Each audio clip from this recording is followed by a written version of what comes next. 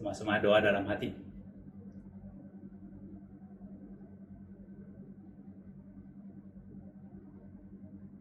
Amin. Dalam nama Tuhan Yesus memulakan kebaktian Sabat pada pagi ini. Pertama-tama mari kita sama-sama kita memuji Tuhan. Kita menaikkan kidung pujian, kidung bilangan 93. Kidung 93.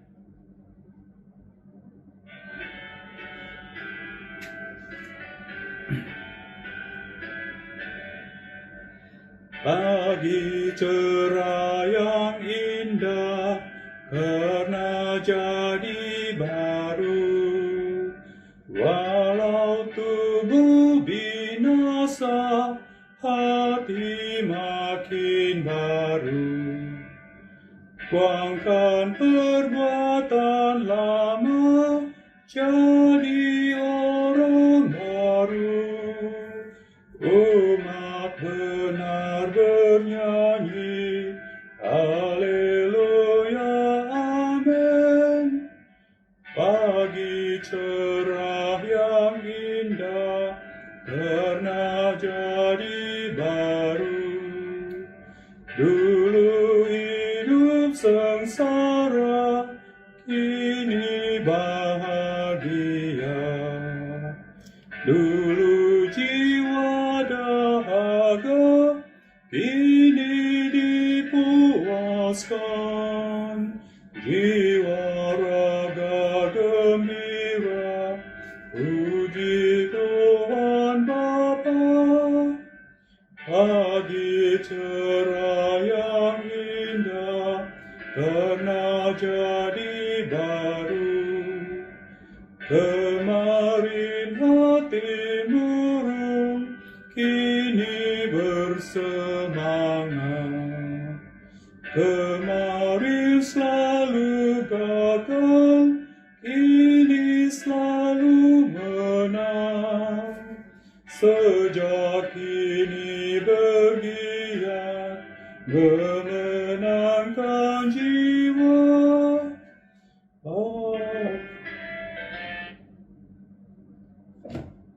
Syukur pada pimpinan Tuhan Yesus. Salam damai sejahtera buat saudara-saudari yang dikasihi Tuhan Yesus. Salam hari Sabat buat semua jemaat di mana saja kita berada. Kiranya damai sejahtera Tuhan Yesus, Roh Kudus Tuhan menaungi dan memimpin kita semua. Jadi bersyukur pada Tuhan Yesus, hari ini kita sekali lagi berkesempatan mengadakan, memelihara dan menguduskan hari Sabat bersama-sama dengan saling mendorong di atas talian. Walaupun kita tidak dapat bersama secara fisikal berada di aula gereja, tetapi dalam nama Tuhan Yesus kita berada di dalam satuan tubuh Kristus. Jadi sebelum kita sama-sama melihat beberapa ayat Alkitab sebagai dorongan pada pagi Sabat ini, terlebih dahulu kita berdoa. Jadi kita menyerahkan ke dalam pimpinan tangan Tuhan Yesus, ke dalam pimpinan dan pertolongan Roh Kudus Tuhan Yesus, membantu kita menyegarkan iman kita bersama pada pagi, khususnya seluruh hari pada hari Sabat ini. Mari kita sama-sama dalam nama Tuhan Yesus Kristus satu hati berdoa.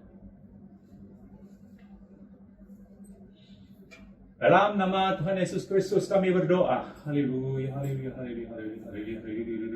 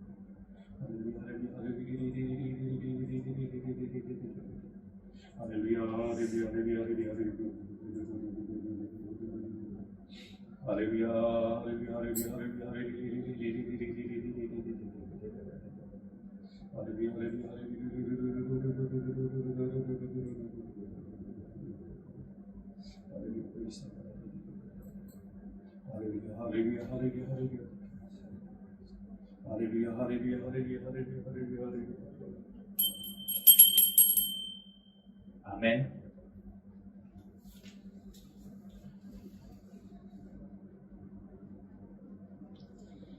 Haleluya, dalam nama Tuhan Yesus saya berbicara. Saudara-saudara yang dikasihi dalam Tuhan Yesus, syukur pada kesempatan pada hari ini kita dapat bersama-sama memelihara dan menguduskan hari Sabat. Jadi sebagai dorongan dan hiburan iman kita bersama, pada pagi ini saya ingin membawa saudara-saudari belajar daripada catatan di dalam Alkitab mengenai satu catatan yang berlaku di zaman Perjanjian Lama. Di ketika itu Musa memimpin umat Israel itu keluar dari tanah Mesir ke tanah perjanjian, tanah Kanaan. Di dalam satu kejadian, pada ketika itu mereka sudah hampir sampai ke tanah perjanjian. Dan kita tahu di sepanjang perjalanan itu banyak perkara yang terjadi, banyak hal-hal yang berlaku, dan juga di samping Tuhan mengajar mereka, Tuhan mendidik mereka. Di dalam satu kejadian saya ingin membawa saudara-saudari melihat satu Pertama, kita melihat ayat Alkitab yang pertama. Dalam nama Tuhan Yesus berfungsi kesaksian firman Tuhan. Dalam saksian firman Tuhan pada pagi ini, saya mengambil tajuk yang saya ambil daripada kitab Bilangan. Kita lihat di dalam Bilangan pasal 36. Bilangan pasal 36, di sana kita dapat melihat satu nama. Walaupun dia itu sudah meninggal dunia, tetapi daripada cerita ini kita akan belajar satu perkara yang sangat penting. Oke, kita melihat di dalam kitab Bilangan pasal, kita lihat Bilangan pasal 36 ayat 1. Kita Bilangan pasal 36, kita baca ayat 2 lah. Kita Bilangan pasal 36 ayat 2, kalimat yang terakhir, kalimat bawah ya.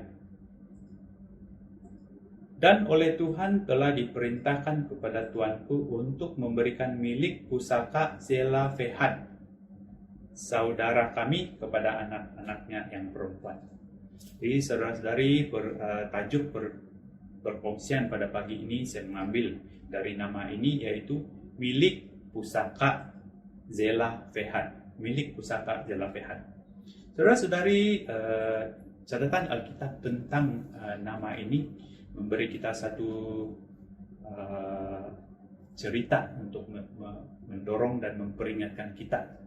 Dan kemudian dari cerita ini bagaimana apa cerita ini memperkatakan tentang milik pusaka yang diberikan Tuhan kepada orang ini yang bernama Zelafehad.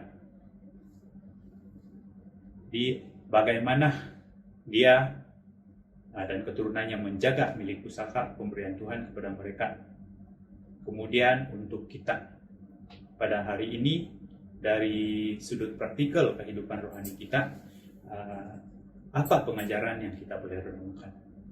Jadi saudara-saudari, kita melihat dari latar belakang orang yang bernama Zelafehad ini.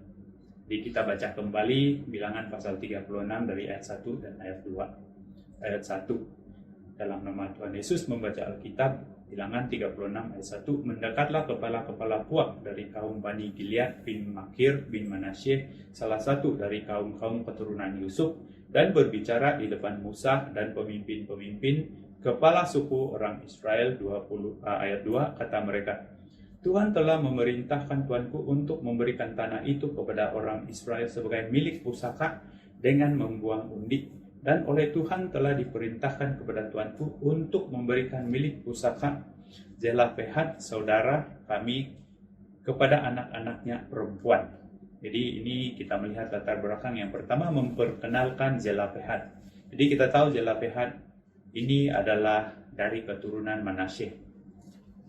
Kemudian kita lihat juga di dalam Bilangan pasal 27. Bilangan pasal 27 ayat 1 hingga ayat 3. Bilangan pasal 27 ayat 1, kemudian mendekatlah anak-anak perempuan Zelafehad bin Hefer bin Gilead bin Makir bin Manasyeh dari kaum Manasyeh bin Yusuf.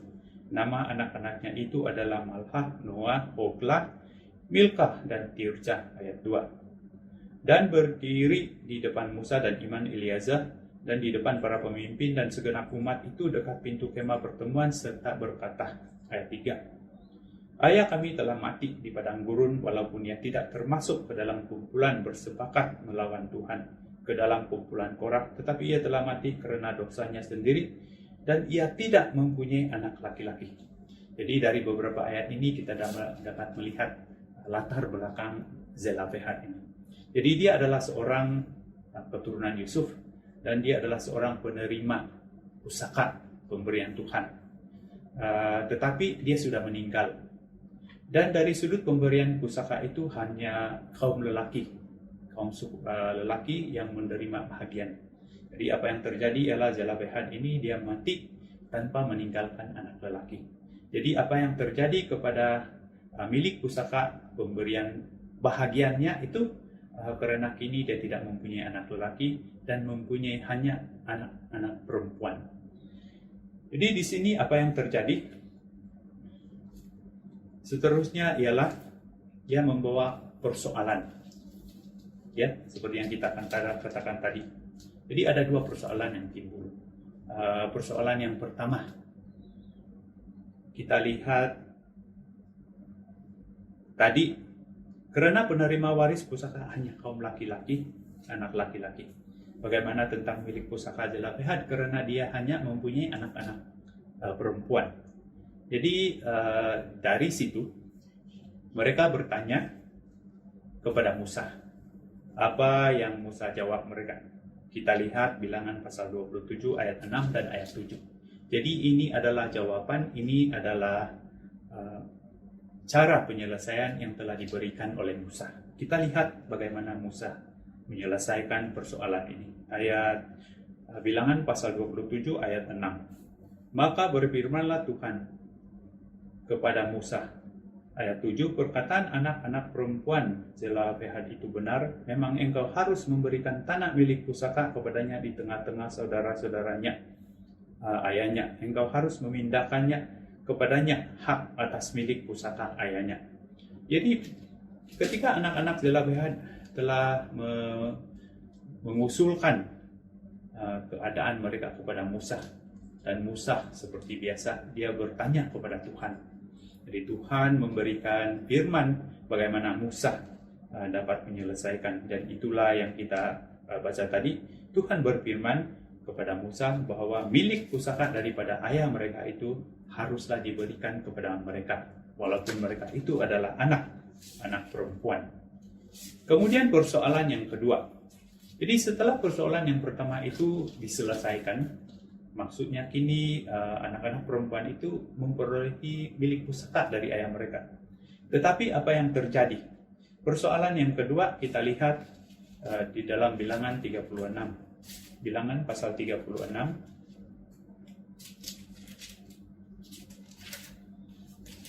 Bilangan pasal 36 kita baca ayat 3 dan ayat 4. Ayat 3. Tetapi seandainya mereka kawin dengan salah seorang anak laki-laki dari suku lain di antara orang Israel, maka milik pusaka perempuan itu akan dikurangkan dari milik pusaka bapak-bapak kami, dan akan ditambahkan kepada milik pusaka suku yang akan dimasukinya. Jadi akan dikurangkan dari milik pusaka yang diundikan kepada kami. Ayat 4. Maka apabila tiba tahun Yobel bagi orang Israel, milik pusaka perempuan itu akan ditambahkan kepada milik pusaka suku yang akan dimasukinya, dan akan dikurangkan dari milik pusaka suku nenek moyang kami. Jadi persoalan yang kedua adalah kini karena perempuan itu adalah pemilik milik pusaka, tetapi jika dia berkawin dengan salah seorang suku yang lain di dalam suku, salah satu suku Israel itu, maka milik daripada pusaka daripada perempuan itu ataupun anak Zelofehad itu akan diberikan kepada suku yang dikawininya. Jadi semakin lama semakin berkurang milik pusaka dari suku asal mereka. Jadi bagaimana ini dapat diselesaikan? Jadi sekali lagi mereka bertanyakan kepada Musa. Kita lihat jawaban bagi persoalan ini yang telah diberikan oleh Musa. Kita baca Bilangan 36 ayat 5 dan ayat 6. Ayat 5. Lalu Musa memerintahkan kepada orang Israel sesuai dengan titah Tuhan. Perkataan suku keturunan Yusuf itu benar. Ayat 6. Inilah firman yang diperintahkan Tuhan mengenai anak-anak perempuan Zelofehad. Bunyinya, mereka boleh kawin dengan sesiapa saja yang suka kepada mereka, asal mereka kawin di lingkungan salah seorang kaum dari suku ayah mereka.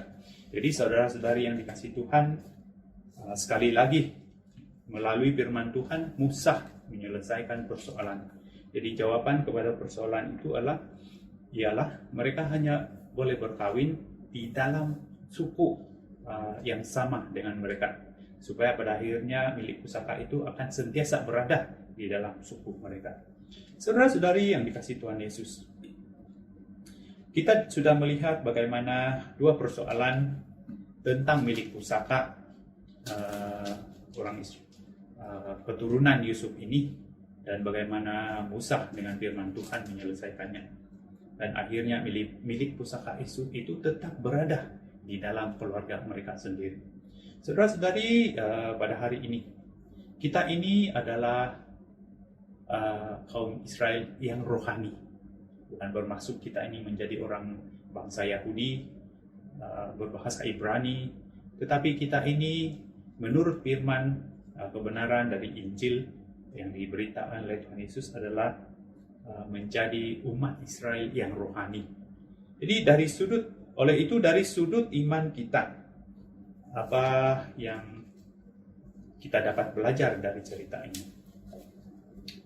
Kita tahu tujuan utama orang Israel itu keluar dari Mesir adalah supaya mereka dapat memasuki dan memiliki tanah perjanjian, yaitu tanah yang berlimpah susu dan madu. Itulah tanah Kanaan.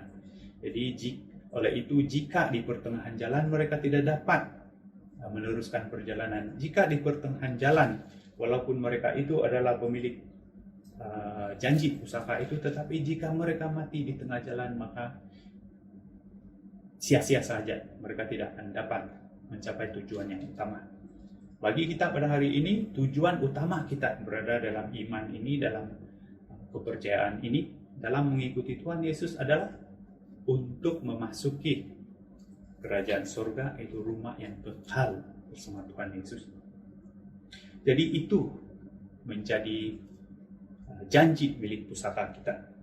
Sebagai salah seorang suku di dalam keluarga rohani, suku rohani di dalam rumah Tuhan, kita mempunyai janji pemilikan. Sekarang kita belum memiliki, tetapi kita ada janji. Kita adalah salah seorang dari pemilik milik pusaka itu nanti. Itulah kehidupan kekal di surga. Jadi sebagaimana anak-anak Zelofehad tadi yang kita sudah baca, bagaimana mereka mementingkan dan mereka dapat memelihara milik pusaka mereka, mari kita belajar juga terhadap iman kita, terhadap milik pusaka rohani kita. Kita pun mau mementingkan. Jadi milik pusaka yang kita terima itu, menurut Paulus, mari kita baca di dalam 1 Efesus. Maksud saya Efesus pasal 1. Efesus pasal 1 kita baca ayat 13 hingga ayat 14. Efesus pasal 1 ayat 13. Di dalam Dia kamu juga, karena kamu telah mendengar firman kebenaran, yaitu Injil keselamatanmu. Di dalam Dia kamu juga ketika kamu percaya dimeteraikan dengan Roh Kudus yang dijanjikannya. Itu ayat 14. Dan Roh Kudus itu adalah jaminan bagian kita sampai kita memperoleh seluruhnya, yaitu penebusan yang menjadikan kita milik Tuhan untuk memuji kemuliaannya. Jadi di dalam ayat 14 ini ada mencatatkan tentang memperolehi seluruhnya, yaitu janji penebusan milik kita. Dan di sini juga Rasul Paulus menegaskan janji pemilikan untuk kita perolehi itu adalah Roh Kudus yang telah diberikan oleh Tuhan kepada kita. Kita lihat juga di dalam ayat ini bahwa selain dari ini mencatatkan kita ada pemilikan sepenuhnya, memperoleh sepenuhnya, jaminan bagi kita itu adalah Roh Kudus itu menjadi bukti pemilikan kepada kita, karena kita mencatatkan Roh Kudus yang dicurahkan oleh Tuhan ke dalam kita itu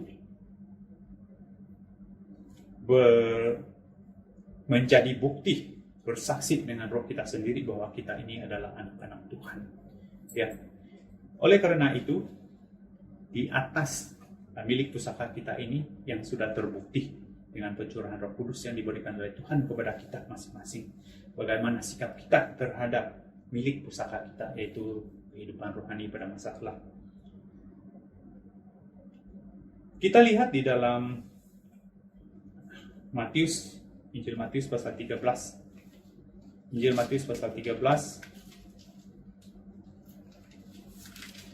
Injil Matius pasal 13 kita lihat ayat 44 dan ayat 43. Jadi bagaimana sikap kita terhadap milik pusaka kita. Matius pasal 13 ayat 44. Hal kerajaan surga itu seumpama harta yang terpendam di ladang yang ditemukan orang lalu dipendamkannya lagi. Oleh sebab sukacitanya pergilah ia menjual seluruh miliknya lalu membeli ladang itu. Demikian pula hal kerajaan surga itu seumpama seorang pedagang mencari mutiara yang indah, ayat 46. Setelah ditemukannya mutiara yang sangat berharga itu, ia pun pergi menjual seluruh miliknya lalu membeli mutiara itu. Yang pertama, oleh sebab sukacitanya pergilah ia menjual seluruh miliknya membeli ladang itu. Kemudian ayat 46 juga mengulang sekali lagi, ia pun pergi menjual seluruh miliknya lalu membeli mutiara itu.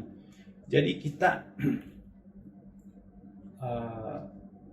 sampingkan segala sesuatu dan kita fokuskan, kita pentingkan mutiara itu, yaitu itulah milik pusaka yang akan menjadi bagian kita pada masa kelak. Itu hidup di dalam kerajaan surga dalam kehidupan yang kekal bersama-sama Tuhan Yesus. Jadi bagaimana prinsip dalam kehidupan kita lihat Roma pasal 8. Roma pasal 8 ayat 33. Roma pasal 8 ayat 33. Roma pasal 8 ayat 35.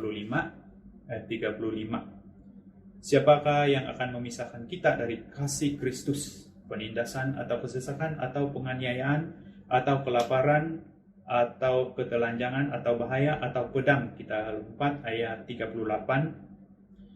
Sebab aku yakin bahwa baik maut maupun hidup, baik malaikat-malaikat maupun pemerintah-pemerintah, baik yang ada sekarang maupun yang akan datang, ayat 39, atau kuasa-kuasa baik yang di atas maupun yang di bawah, ataupun sesuatu makhluk lain, tidak akan dapat memisahkan kita dari kasih Tuhan yang ada dalam Kristus Yesus Tuhan kita.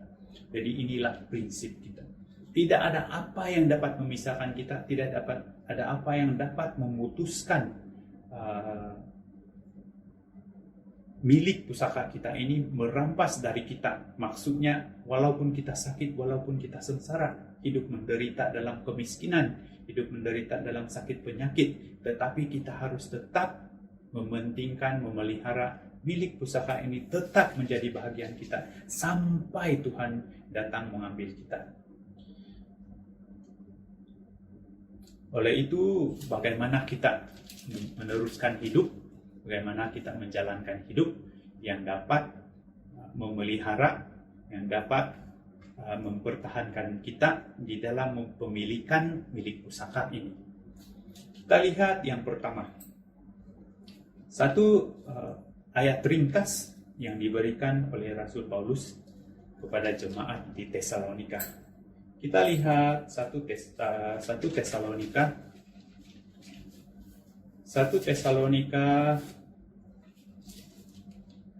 pasal 5 ayat 17. Satu ayat yang ringkas saja. Tetaplah berdoa. Paulus memperingatkan mereka, tetaplah berdoa. Kita lihat juga di dalam Lukas pasal 22. Lukas pasal 22.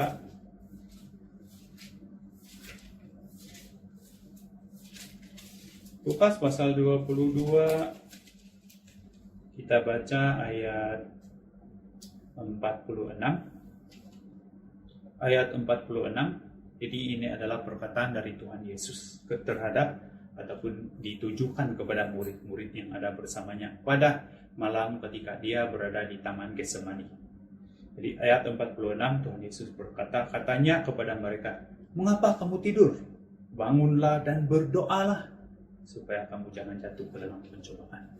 Jadi dari dua ayat ini saja membuktikan kita ini harus hidup di dalam doa, kehidupan berdoa, dan kehidupan berdoa itu juga adalah satu keadaan yang penting yang diingatkan oleh Rasul Paulus, yang diingatkan oleh Tuhan Yesus sendiri. Jadi yang pertama dalam kehidupan kita, haruslah jangan pernah mengabaikan, jangan pernah tidak melakukan, tidak ada kehidupan berdoa. Jadi ketika kita bangun pagi, kita berdoa. Ketika kita makan, kita menghadapi, kita bersyukur. Ketika kita akan berehat pada malam, kita berdoa. Di dalam kehidupan kita, segala sesuatu keadaan kita sering berdoa, kita harus berdoa. Dan di dalam doa itu, salah satu tujuan utama adalah supaya kita menjadi kuat di dalam iman, kuat di dalam rohani kita. Dan Tuhan Yesus berkata supaya tidak jatuh ke dalam pencobaan. Ketika Tuhan Yesus dicobai, Alkitab mencatatkan pada ketika itu Tuhan Yesus kepenuhan Roh Kudus. Ya, di hari ini kita juga harus mencontohi Tuhan Yesus, berdoa untuk mendapat kepenuhan Roh Kudus supaya kita dapat bertahan, kita dapat mengalahkan segala tipu muslihat dari si jahat. Kemudian yang seterusnya, apa yang kita perlu lakukan dalam menjaga kehidupan, menjaga milik pusaka kita ini, yaitu kehidupan yang sentiasa menerima makanan rohani, yaitu firman Tuhan. Kita lihat Roma pasal 10 ayat 25. Roma pasal 10 ayat 25.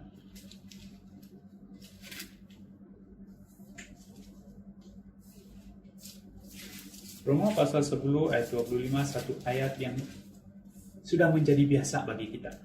Dan ada orang berkata, ya ayat ini lagi.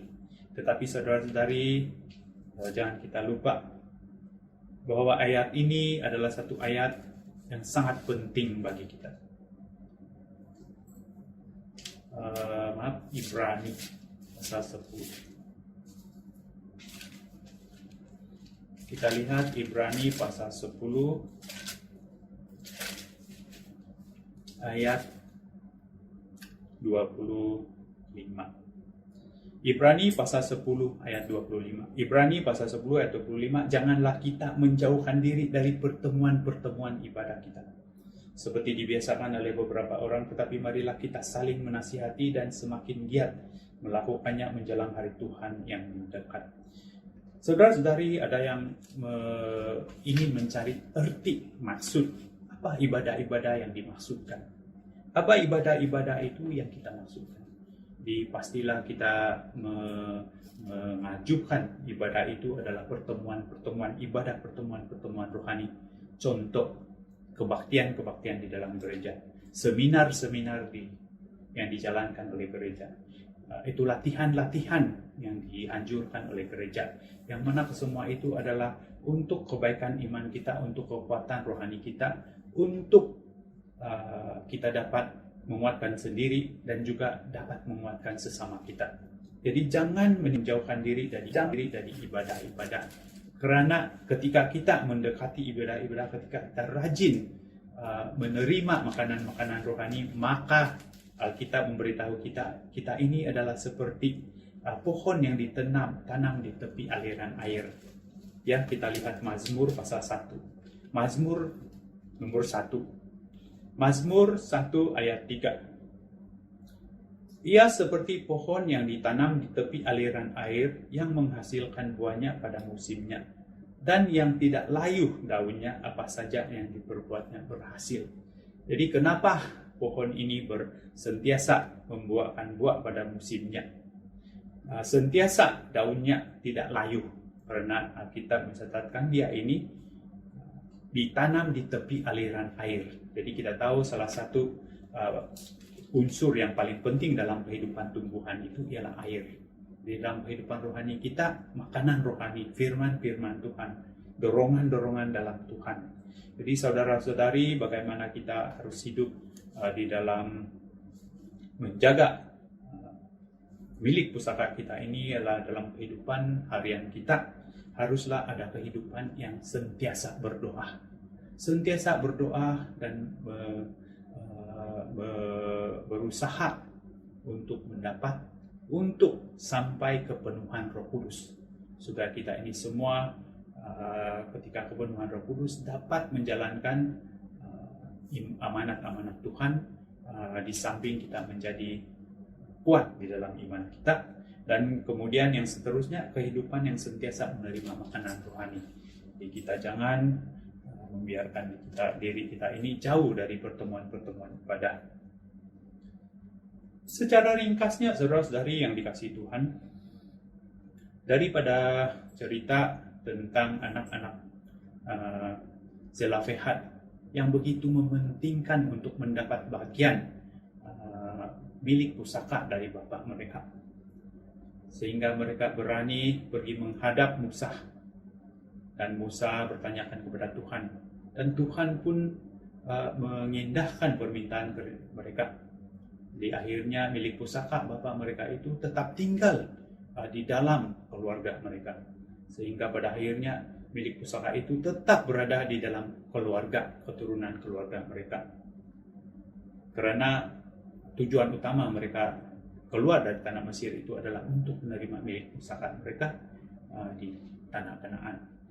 Jadi saudara-saudari, seperti kita juga, tujuan utama kita percaya dalam Tuhan Yesus, menerima Injil kebenaran, adalah untuk memasuki kehidupan kekal.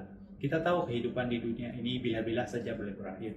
Bukan saja bila-bila boleh berakhir, tetapi ia boleh berakhir dengan kesakitan. Ia boleh berakhir dengan sengsara, berakhir dengan keperitan.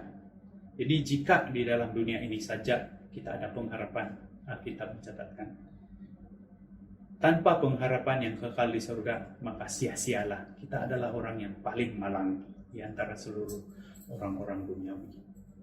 Jadi saudara-saudari, begitulah dari pelajaran yang kita dapat lihat daripada anak-anak Zelofehad mempertahankan milik pusaka mereka. Kita pun mahu mempertahankan milik pusaka kita, yaitu kehidupan kekal di surga. Jadi kita sudah berfungsi bagaimana sikap kita terhadap milik pusaka kita, mementingkan, menjual segala milik kita, membeli, menyimpan, menjaga milik pusaka kita ini, dan juga untuk milik pusaka ini sentiasa ada pada kita. Kita harus sentiasa mementingkan kehidupan berdoa, mementingkan kehidupan yang mendapat makanan rohani. Maka dari situ pastilah Tuhan akan menjaga kita, pastilah Tuhan akan memelihara kita. Jadi saudara-saudari, dalam perfungsian yang ringkas ini, begitulah pelajaran yang kita sama-sama ingin kongsikan. Kiranya damai sejahtera Tuhan Yesus menaungi kita semua. Tuhan Yesus menjaga, memimpin kita sampai kepada kita menerima bagian kita sepenuhnya. Seterusnya kita akan menyanyi kidung pujian sekali lagi. Mari kita memuji Tuhan. Kidung bilangan 186.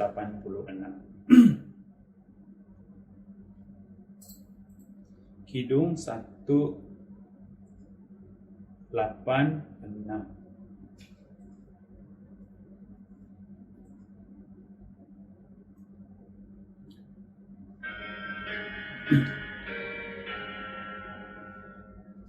Dahulu ku cinta kesenangan dunia, tersesat menjadi cahaya dosa.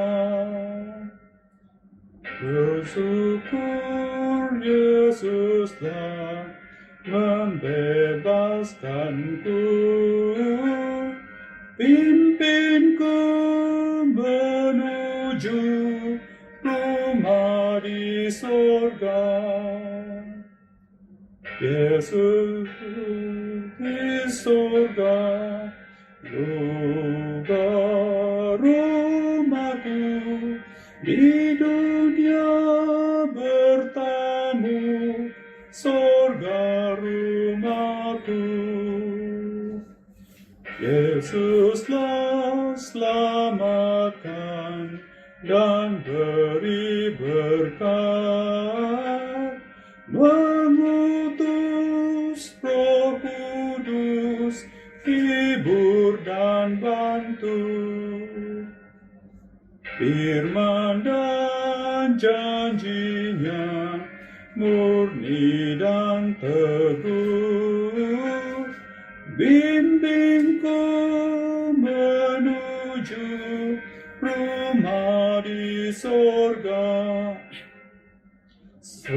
Surga rumahku, surga rumahku, di dunia bertamu, surga rumahku. Walaupun jalannya penuh rintangan, bersandar kuasanya tetap gembira. Ku giat berlari pada tujuan, kini ku dah dekat rumah di surga. Surga rumahku, surga rumahku, di dunia bertamu, surga rumahku. Syukur pada pimpinan Tuhan Yesus, kita sampai ke penghujung kebaktian Sabat sesi pagi pada saat ini. Kita terus mendoakan kehidupan rohani kita. Kita juga mendoakan ahli keluarga kita, terutamanya ahli keluarga kita yang lemah semangat menjalani kehidupan ibadah, lemah semangat memelihara kehidupan rohani, lemah semangat doa, dan lemah menghadiri ibadah-ibadah. Jadi kiranya dengan doa kasih kita dapat memohon kepada Tuhan untuk menguatkan kita sekalian. Kita juga terus membantu doa saudara-saudari kita yang kita tahu yang sakit, yang memerlukan bantuan doa kita. Kita terus mendoakan kiranya damai sejahtera Tuhan menaungi kita semua, terutama ahli-ahli di dalam rumah Tuhan kita di seluruh dunia. Terutamanya dalam masa ketika ini kita sedang menghadapi penularan wabah yang berbahaya ini, yaitu COVID-19. Kita juga membantu doa kiranya damai sejahtera Tuhan menaungi negara kita, supaya dengan cepat kita dapat kembali kepada kehidupan yang biasa, kehidupan normal. Kita berikan semua kemuliaan kepada nama Tuhan Yesus Kristus, Juru Selamat kita. Sekarang mari kita dalam nama Tuhan Yesus sekali lagi bersujud berdoa.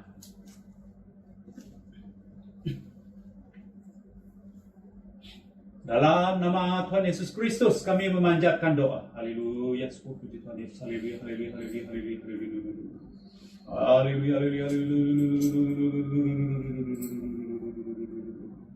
Haleluya, haleluya, haleluya, haleluya, haleluya, haleluya.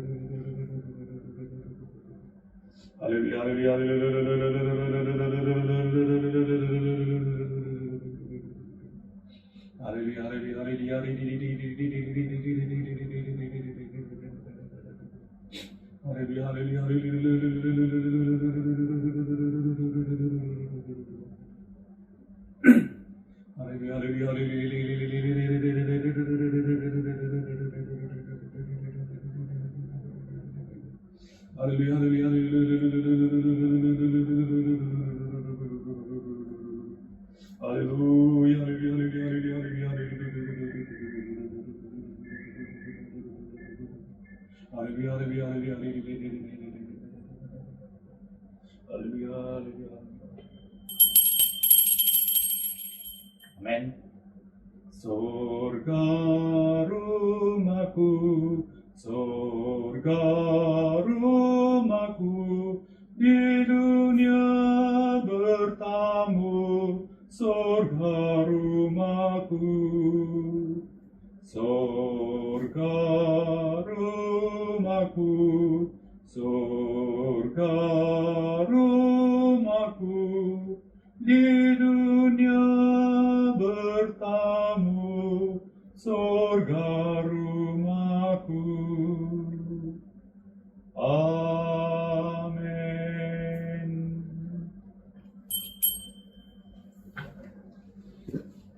Ya, syukur puji Tuhan Yesus, kebaktian sahabat kita berakhir di sini. Kiranya Tuhan Yesus terus memberkati kita semua. Amin.